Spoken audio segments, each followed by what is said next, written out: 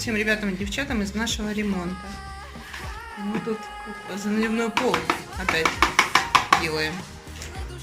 Вот для этой штуки. Вот у нас, угадайте, что? Ну вот сейчас будет процесс, видимо. Лейте, пожалуйста. А результат вот такой у нас получился пока что. Потом мы вынем вот эту досточку и зальем в то место, где она стоит, потому что по-другому как-то вот не получается. Ну, мы такие вот мастера, зацените, в общем.